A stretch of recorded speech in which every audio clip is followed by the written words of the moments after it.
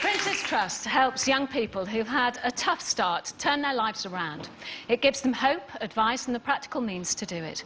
Telling us the story of this year's Prince's Trust Young Achiever of the Year is His Royal Highness the Prince of Wales. The winner, Mark Johnson, is a particularly special young man. Take the crown, start the crown lift. Now, I met Mark earlier this year, and I can tell you that he has overcome obstacles in his life that would have defeated most of us. So, life's fantastic today. Okay. I love my job. I love working with trees. I love working with people. But it's quite a contrast to what it was like 6 years ago. In a story which is all too common today, Mark spent 15 years caught up in a vicious cycle of drugs, alcohol and crime. Every bit of money that I earned was spent on drink or drugs, to the point that I was physically incapable of working. Finally, he ended up homeless on the streets of London.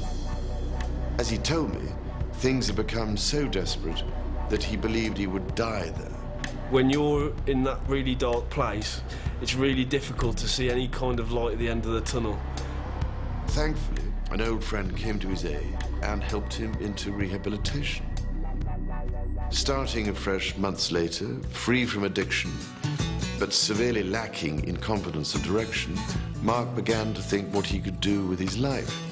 I was already a qualified tree surgeon and thought that's the easiest road to take.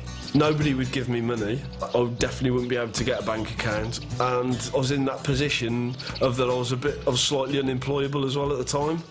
I'd heard about the Prince's Trust a long time ago and put them down on the top of my list to call.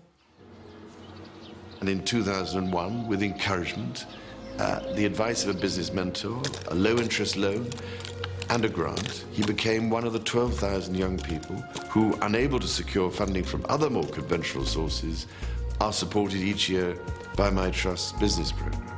Tree-wise, Mark's company has been a huge success, employing up to 8 people. I'm a miracle, really. I shouldn't be here, and I am, and I'm really grateful for that.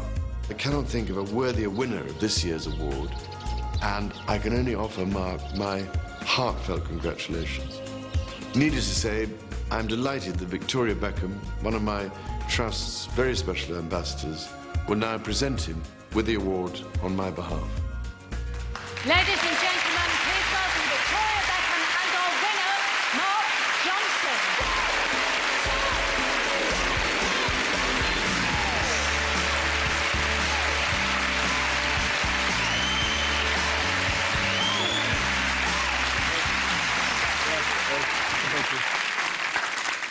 Mark, you are a true success story. Please tell us about it.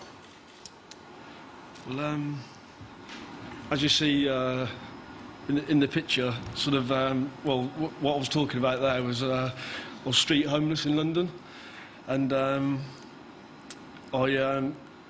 reached rock bottom and had to sort of reach a turning point in my life, and I wanted to turn it round. I got into a treatment centre. At the end of the treatment centre, I come into contact with the Prince's Trust, and they basically believed in me enough to give me money to actually fund my idea. And through that funding, I started Treewise, which sort of probably out of sort of 7 people that were probably unemployed but also unemployable with either drink or drug problems or homelessness. I've had 3 success stories in sort of 4 years, and that's like people that have been clean and sober like over a year, and that actually they've went on to do qualifications and stuff, so. Well done. I think that everyone will agree that Mark is an inspiration to all of us, and congratulations. Thank you. Now, before you go, Victoria, I'm sure you're very happy that the boys got through and qualified for the World Cup. I am, yes. You're a happy girl for that. And I think there are another couple of happy footballing ladies here. Nancy DeLolio, Sven's lady. You're happy too, Nancy, with that. And Colleen McLaughlin is here, Wayne's lady. You happy, Colleen? Oh, yes. Thumbs up to all the boys. And just a little word from all of us, just to wish you all the best with Romeo. Thank you. Because we know he's not been very well. So all the best.